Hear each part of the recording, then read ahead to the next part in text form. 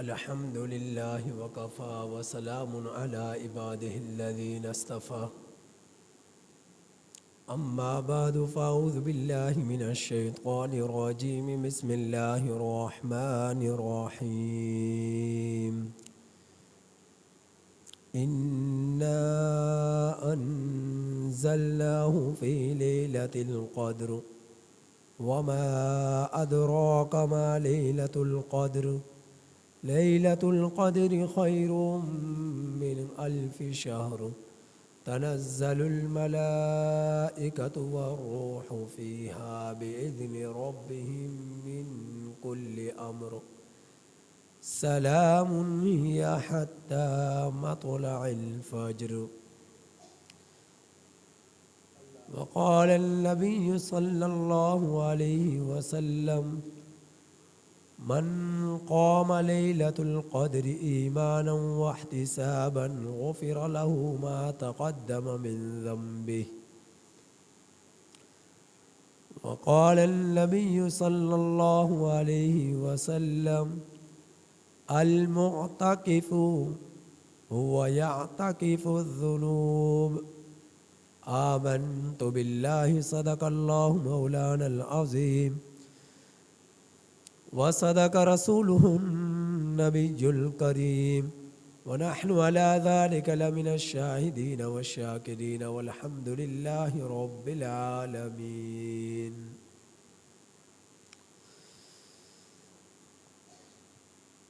اللہ جل جلالہ نے ماہ رمضان ہم لوگوں کو بطور تحفے کے عطا فرمایا ہے. ماہ رمضان کی قدر کرنے والے لوگ دنیا اور آخرت کے کثیر منافع حاصل کر پاتے ہیں. ماہ رمضان کا پہلا عشرہ آیا گزر گیا، دوسرا عشرہ آیا گزر گیا، اور دوسرے عشرے کا یہ آخری روزہ ہے. اور آج غروب آفتاب کے بعد آخری عشرہ شروع ہو جائے گا. میں نے آپ احباب کے سامنے قرآن مجید، قرآن حکیم کی ایک سورۃ القدر کی آیات تلاوت کی ہیں، اور اللہ کے رسول صلی اللہ علیہ وسلم کی 2 احادیث مبارکہ تلاوت کی ہیں. اس سورہ اور احادیث مبارکہ کا تعلق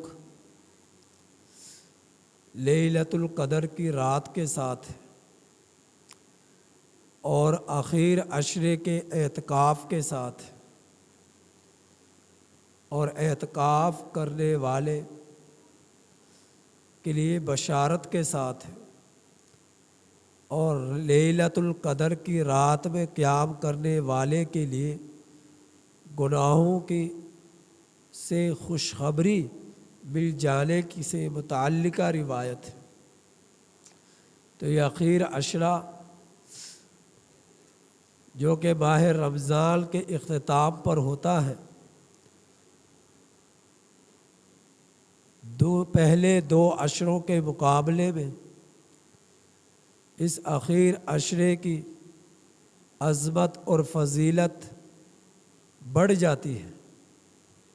معتکفین کے لیے اعتکاف کرنے کے اعتبار سے اور راتوں میں جاگنے والوں کے لیے لیلۃ القدر کی رات کے مل جانے کے اعتبار سے تو فضیلت اور عظمتیں بڑھ جاتی ہیں. اللہ جل جلالہ نے سورۃ القدر کو نازل فرمایا اور اس سورہ مبارکہ میں بیان فرمایا کہ انا انزلناہ فی لیلۃ القدر، ہم نے قرآن کریم کو، قرآن مجید کو لیلۃ القدر میں اتارا ہے۔ وما ادراک ما لیلۃ القدر، اور آپ کو کیا معلوم لیلۃ کیا ہے، لیلۃ القدر کیا چیز ہے، اس کی اہمیت کیا ہے، فضیلت کیا ہے، عظمت کیا ہے۔ پھر فرمایا لیلۃ القدر خیر من الف شہر، لیلۃ القدر کی رات ایسی عظمتوں والی رات ہے، ایسی عزتوں والی رات ہے، ایسی رحمتوں اور برکتوں والی رات ہے کہ اس رات کے اندر، یہ رات جو ہے خیر من الف شہر، 1000 مہینوں سے بہتر ہے۔ اور 1000 مہینوں کے سال بنائے جائیں تو 83 سال 4 مہینے بنتے ہیں، لیکن اللہ رب العزت نے خیر کا لفظ لا کر بتلا دیا کہ 83 سال 4 مہینے میں ہی اس کی عظمت بند ہو کر نہیں رہ جاتی، بلکہ عبادت کرنے والے کے لیے اس سے بھی زیادہ ثواب اور اجر ملتا ہے۔ 83 سال 4 ماہ سے بھی زیادہ فضیلت اور عظمت اجر اس شخص کو مل جاتا ہے جو لیلۃ القدر کی رات میں اپنے رب کی عبادت کرتا ہے۔ اور پھر فرمایا یہ رات ایسی ہے تنزل الملائکہ، اس رات کے اندر فرشتے اترتے ہیں، والروح فیہا، اور روح اس میں اترتا ہے، بِإِذْنِ رَبِّهِمْ مِنْ كُلِّ امر، اپنے رب کی طرف حکم سے یہ فرشتے اور روح زمین پر اترتے ہیں۔ سلامتی ہے، ہی حتی مطلع الفجر، صبح کے طلوع ہونے تک، فجر کے طلوع ہونے تک کے لیے وقت میں یہ فرشتے، یہ روح زمین پر رہنے والوں کے لیے سلام کرتے ہیں، ان کی دعاؤں پر آمین کرتے ہیں، ان کے لیے بخشش کی دعائیں کرتے ہیں اور ان کی عبادات پر رشک کرتے ہیں۔ تو یہ عظمتیں کس کو مل رہی ہیں؟ جو لیلۃ القدر کی رات کو پاتا ہے، لیلۃ القدر کی رات میں عبادت کرتا ہے۔ اللہ کے رسول صلی اللہ علیہ وسلم کی احادیث مبارکہ، سورت کی تلاوت کرنے کے بعد میں نے آپ احباب کے سامنے ذکر فرمائی، تلاوت فرمائی، جس میں میرے نبی نے فرمایا من قام لیلۃ القدر، جو شخص لیلۃ القدر میں قیام کرتا ہے، جاگتا ہے، رب کی عبادت کرتا ہے، نوافل پڑھتا ہے، تہجد پڑھتا ہے، تلاوت قرآن کرتا ہے، تسبیحات کرتا ہے، اذکار کرتا ہے، اور اسی طرح پر جو ہے رب کا قرآن پڑھتا ہے اور نماز تراویح کا اہتمام کرتا ہے۔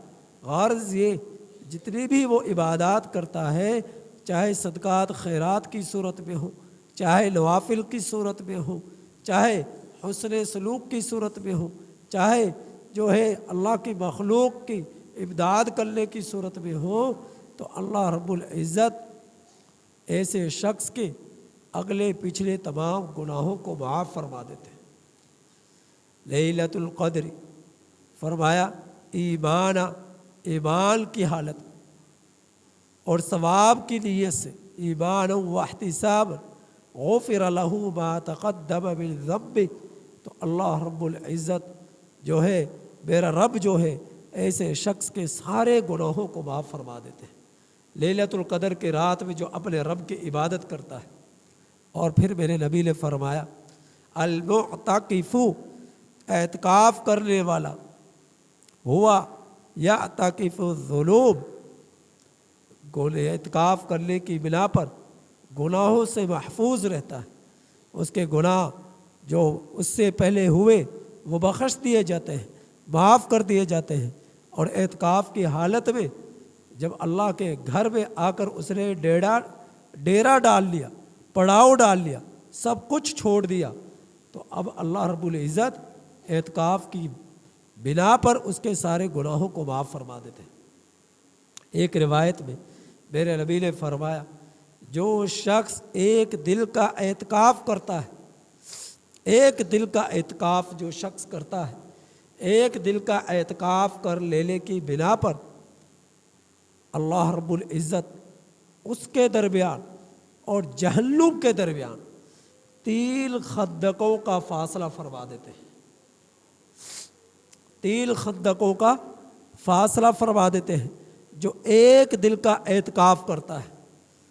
اور پھر فرمایا، تم جانتے ہو کہ ایک خندق کا فاصلہ کتنا ہے؟ فرمایا کہ اتنا جتنا کہ زمین اور آسمان کے درمیان فاصلہ ہے۔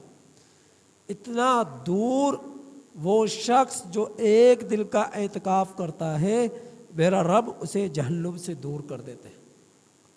اور ایک دل کا اعتکاف، 3 خندقوں کا فاصلہ، ایک خندق کا فاصلہ اتنا ہے جتنا کہ زمین اور آسمان کے درمیان فاصلہ ہے۔ تو زمین اور آسمان کے درمیان اتنے 3 فاصلے اور کیے جائیں، اتنے 3 فاصلے اور کیے جائیں تو اتنا دور وہ انسان جو لیلۃ القدر کی رات میں جو اعتکاف کرتا ہے ایک دل کا، میرا رب اسے جہنم سے دور کر دیتا ہے۔ تو آپ اندازہ کریں، جو شخص اخیر عشرہ کا اعتکاف کرتا ہے، ان 10 دنوں کا اعتکاف جو کرتا ہے، وہ کتنا جہنم سے دور ہو گیا۔ ایک دن کا اعتکاف 3 خندقوں کے برابر، تو 10 دن کا اعتکاف کتنا ہوا؟ 30 خندقوں کا فاصلہ۔ 10 دن کا اعتکاف، ایک دن کا 3 خندق، 2 دن 6، تو 10 دن تقریباً 30 دن بنتے ہیں، 30 خندقیں بنتی ہیں۔ تو 30 خندقوں کی مسافت کے برابر وہ شخص جہنم سے دور ہو جاتا ہے جو اخیر عشرے کا اعتکاف کرتا ہے۔ اور ایک روایت میں میرے نبی نے فرمایا کہ اللہ رب العزت جو شخص اخیر عشرے کا اعتکاف کرتا ہے اس کو 2 حج اور 2 عمرے کا ثواب عطا فرماتے ہیں۔ اور ایک روایت میں فرمایا میرے نبی نے کہ ایسا شخص ایسا ہے جیسا کہ اس نے 40 دن سرحد اسلام کی حفاظت کی، اور جو شخص 40 دن سرحد اسلام کی حفاظت کرے، اللہ رب العزت اس کے سارے گناہوں کو معاف فرما دیتے ہیں، اس کے سارے گناہوں کو معاف فرما دیتے ہیں۔ تو اس اخیر عشرے کے اندر اللہ رب العزت نے بہت فضائل اور رحمتیں اور برکتیں رکھی۔ سورۃ القدر کی میں نے آپ احباب کے سامنے تلاوت کی۔ اس سورت کی نسبت قرآن کریم کے نزول کے ساتھ پہلی آیت کریمہ اور قرآن کریم کی نسبت ہوئی اس رات کے ساتھ، لیلۃ القدر کی رات کے ساتھ، تو لیلۃ القدر کی عظمت بڑھ گئی، کیونکہ پورے جہاں کے اندر، پوری کائنات کے اندر اگر کوئی عظمتوں والی ذات ہے، اگر کوئی عظمتوں والی ذات ہے تو میرے رب کی ذات ہے۔ اور رب بہت زندگی لینے میں کسی کا محتاج نہیں، اسے کبھی فنا نہیں ہے، اور بقا لینے میں وہ کسی کا محتاج نہیں، تو وہ ہمیشہ سے ہے، ہمیشہ رہے گا، ہمیشہ سے ہے، ہمیشہ رہے گا، وہ خود ہر چیز کو وجود دینے والا ہے۔ تو اللہ رب العزت کی یہ بولی ہے قرآن کریم، اس وجہ سے اس کو کلام اللہ کہا جاتا ہے۔ کلام وہ جو زبان سے الفاظ نکلے، ان الفاظ کو کلام کہتے ہیں۔ تو اللہ رب العزت نے خود اس قرآن کریم کی تلاوت کی ہے، تو یہ رب کا کلام ہے۔ تو رب کے کلام کی یعنی قرآن مجید کی نسبت اللہ کی ذات کے ساتھ ہے۔ تو اللہ کے بعد سب سے زیادہ اگر کسی کا مرتبہ ہے تو اللہ کی اس کتاب، اس کلام قرآن مجید کا ہے، اور یہ قرآن اترا کس پر؟ نبی کریم صلی اللہ علیہ وسلم کی ذات پر۔ تو اللہ کے بعد اگر کسی کا مرتبہ ہے تو اللہ کے رسول صلی اللہ علیہ وسلم کا ہے۔ جب تک قرآن کریم میرے نبی پر نہیں اترا، نبی کریم صلی اللہ علیہ وسلم کو محبت کہہ کر لوگ بلایا کرتے تھے، مخاطب کیا کرتے تھے۔ جب قرآن اترا ہے تو پھر میرے نبی کو لوگ محمد الرسول اللہ صلی اللہ علیہ وسلم کہہ کر بلایا کرتے، مخاطب کیا کرتے تھے، پکارا کرتے تھے، محمد الرسول اللہ صلی اللہ علیہ وسلم۔ تو قرآن کی نسبت اللہ کے رسول صلی اللہ علیہ وسلم کے ساتھ ہوئی تو محمد الرسول اللہ بن گئے۔ قرآن کی نسبت اس رات کے ساتھ ہوئی، لوح محفوظ سے آسمان دنیا پر میرے رب نے بیت معمور پر جو فرشتوں کی عبادت گاہ ہے، میرے رب نے وہاں پر قرآن کو اتارا ہے۔ ایک ہی مرتبہ الحمد سے لے کر والناس تک آسمان دنیا پر میرا رب نے قرآن کو اتارا، تو جس رات میں اتارا وہ لیلۃ القدر کی رات تھی، وہ لیلۃ القدر کی رات تھی۔ اور اللہ کا رسول صلی اللہ علیہ وسلم جب پہلی وحی نازل ہوئی تو پہلی وحی کے نزول کے لیے انتخاب لیلۃ القدر کی رات کا کیا گیا، تو کیونکہ اس رات کی عظمت بہت زیادہ ہے، تاکہ لوگوں کو معلوم ہو جائے کہ لیلۃ القدر کی عظمت اس قدر زیادہ ہے کہ میرے رب نے لوح محفوظ سے اگر انتخاب کیا لیلۃ القدر میں نزول قرآن کے لیے تو اس رات کی عظمت بڑھی۔ اور نبی کریم صلی اللہ علیہ وسلم پر جب 23 سال میں قرآن اترا تو اس کی ابتدا لیلۃ القدر میں ہوئی، اور اللہ رب العزت نے اس رات کی عظمت نزول قرآن کی وجہ سے بڑھا دی۔ لوح محفوظ سے آسمان دنیا پر اترا اس بنا پر، اور آسمان دنیا سے نبی کریم صلی اللہ علیہ وسلم پر 23 سال میں اترا اس بنا پر اس رات کی عظمت بڑھی۔ اب جو شخص اس رات کے اندر عبادت کرے گا اس شخص کی عظمت بڑھے گی، اس شخص کی مغفرت ہوگی، اس شخص کی بخشش ہوگی جو اس رات کے اندر اپنے رب کی عبادت کرے گا۔ تو اللہ کے رسول صلی اللہ علیہ وسلم نے اس رات کی تلاش میں پہلے عشرے کا اعتکاف فرمایا کہ یہ رات مجھے مل جائے۔ اب آپ صلی اللہ علیہ وسلم وہ ہستی ہے جس کے مقابلے میں روئے زمین پر اللہ کے بعد کسی کی عظمت نہیں ہے۔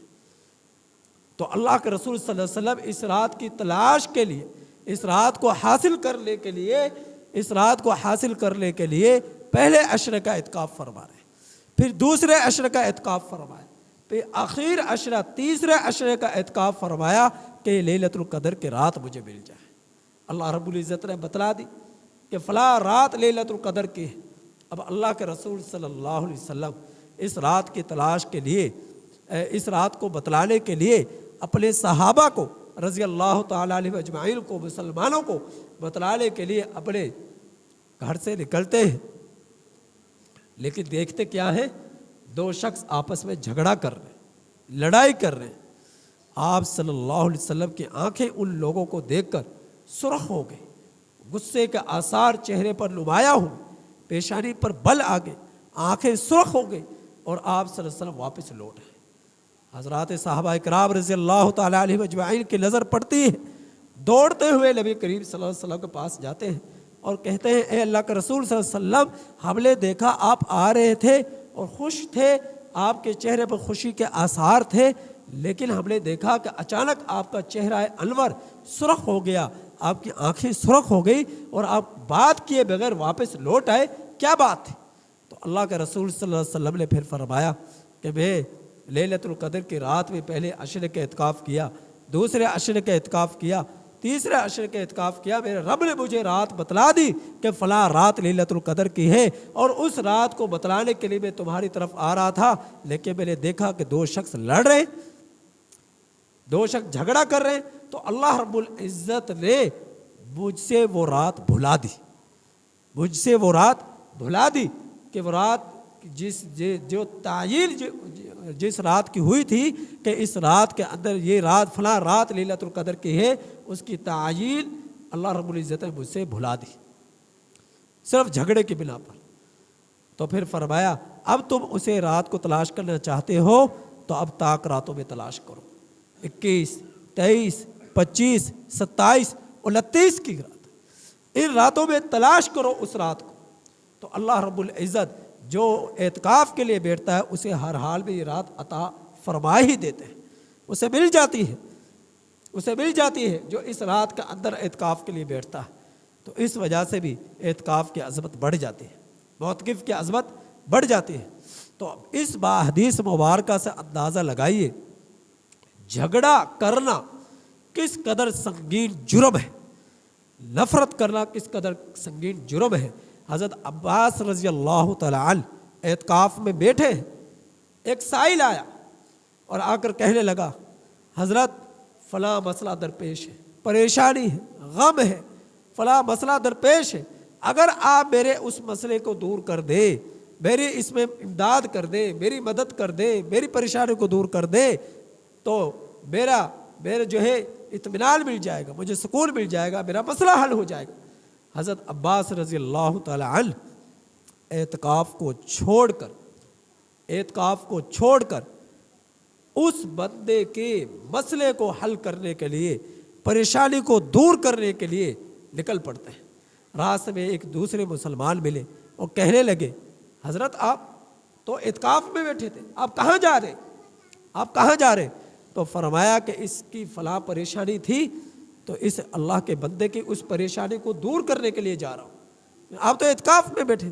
فرمایا کہ دیکھ رہے ہو یہ روزہ اللہ کے رسول صلی اللہ علیہ وسلم کا ہے، قسم ہے اس روزے والے کی، میں نے اس کی زبان اقدس سے الفاظ سنے تھے، یہ حدیث سنی تھی کہ جو شخص کسی مسلمان کی پریشانی کو دور کرنے کے لیے، ضرورت کو پورا کرنے کے لیے، غم کو دور کرنے کے لیے، تکلیف کو دور کرنے کے لیے جو ہے نکل پڑے تو اللہ رب العزت ایسے شخص کو 10 سال اعتکاف میں بیٹھنے کا ثواب عطا فرماتے ہیں، 10 سال اعتکاف میں بیٹھنے کا ثواب عطا فرماتے ہیں۔ تو اللہ رب العزت کے اس پیغمبر کی زبان مبارک سے میں نے ایک حدیث مبارکہ سنی تو میں نے اپنے اعتکاف کا خیال نہ کیا اور اس بندے کی پریشانی کو دور کرنے کے لیے نکل پڑا۔